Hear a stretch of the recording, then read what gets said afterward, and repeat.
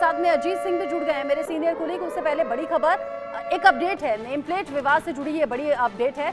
Supreme court में name plate के समर्थन में याचिका दाखिल की गई है। कावड़ रूट पर नेम प्लेट के समर्थन में ये याचिका लगाई गई है। नेम प्लेट विवाद पर याचिकाकर्ता ने कहा, नेम प्लेट लगाने से शिव भक्तों को सुविधा होगी, जबरन सांप्रदायिक रंग देने की कोशिश इसे की जा रही है।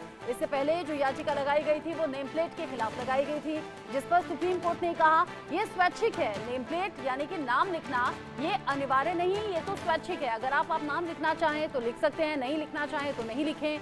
लेकिन साथ ही साथ अंतरिम रोक भी नेम प्लेट वाले फैसले पर सुप्रीम कोर्ट ने सुनाई। अब एक और याचिका है जो लगा दी गई है और ये नेम प्लेट के समर्थन में लगाई गई है और याचिकाकर्ता ने कहा है ऐसा होने से शिव भक्तों को सहूलियत होगी, सुविधा होगी। अजीत मेरे साथ में है। अजीत, देखिए ऑलरेडी सुप्रीम कोर्ट में मामला है। पहले नेम प्लेट को लेकर फैसला यूपी सरकार का, फिर उत्तराखंड सरकार का सामने आ गया और राज्यों में मांग होने लगी, चर्चा देश भर में होने लगी कि होना चाहिए। एक बड़ा वर्ग था, एक बड़ा तबका था जिनके जरिए कहा हाँ ऐसा होना चाहिए। ठीक उसके उलट एक बड़ा वर्ग वो भी था जो नहीं चाह रहा था कि ऐसा हो। अब समर्थन में याचिका भी लगा दी गई है, यानी कि नेम प्लेट लगी होनी चाहिए, ऐसी याचिका कोर्ट में डली है। देखिए बिल्कुल ऐसी याचिका कोर्ट में दली है कि नेम प्लेट के समर्थन में। इसके पहले चूंकि सुप्रीम कोर्ट ने सुमोटो लिया था, उसकी याचिका दाखिल हुई थी।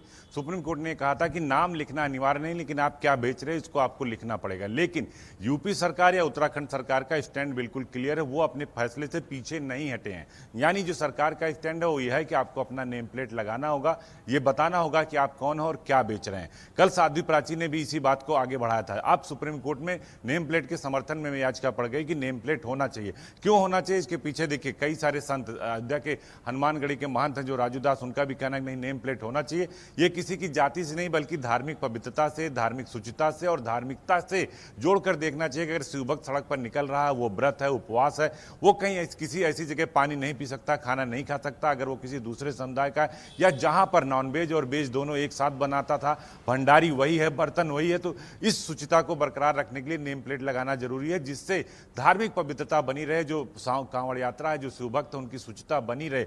लेकिन लोग ऐसा नहीं करते हैं। अब देखिए पहले उसके विरोध में याचिका हुई, अब उसके समर्थन में याचिका हुई सुप्रीम कोर्ट में। हालांकि कल 26 जुलाई है, कल यूपी सरकार अपना जवाब दाखिल करेगी और मैं बता दूं जवाब क्या होगा। जवाब यही होगा कि सरकार का जो फैसला है वो सही है, वो अपने फैसले पर कायम है और ऐसा इसलिए होना चाहिए कि कई बार खाने में थूकने का वीडियो आ जाता है, कई बार उसमें कई तरह के दूसरे वीडियोज आ जाते हैं। जो नॉनवेज बना रहा होता है वही वेज बना रहा होता, वही कढ़ी चावल बना रहा होता, वही चिकन बना रहा होता। तो उस वीडियोज के आधार पर भी सुप्रीम कोर्ट में सरकार अपना पक्ष रखेगी कि इसलिए भंडारी वही है, बर्तन वही है, आपने मुस्लिम है और हिंदू नाम से आपने ओम साईं नाम से खोल लिया, आपने रुद्र नाम से खोल लिया, आपने शिवा नाम से खोल लिया, तो ऐसा नहीं होना चाहिए। आपको अपनी आइडेंटिटी बतानी चाहिए। देखिए इसमें कोई गलत बात नहीं है, काशी विश्वनाथ के लिए भी आदेश है, मथुरा कृष्ण जन्मभूमि पे बांके बिहारी के लिए भी आदेश है, अयोध्या के लिए भी आदेश है कि जो लोग अपनी दुकान लगाएंगे, अपना नेम प्लेट लगाएंगे तो उसमें सिर्फ सांप्रदायिक रंग दिया जा रहा है विपक्ष की तरफ से कि सिर्फ मुसलमानों के लिए,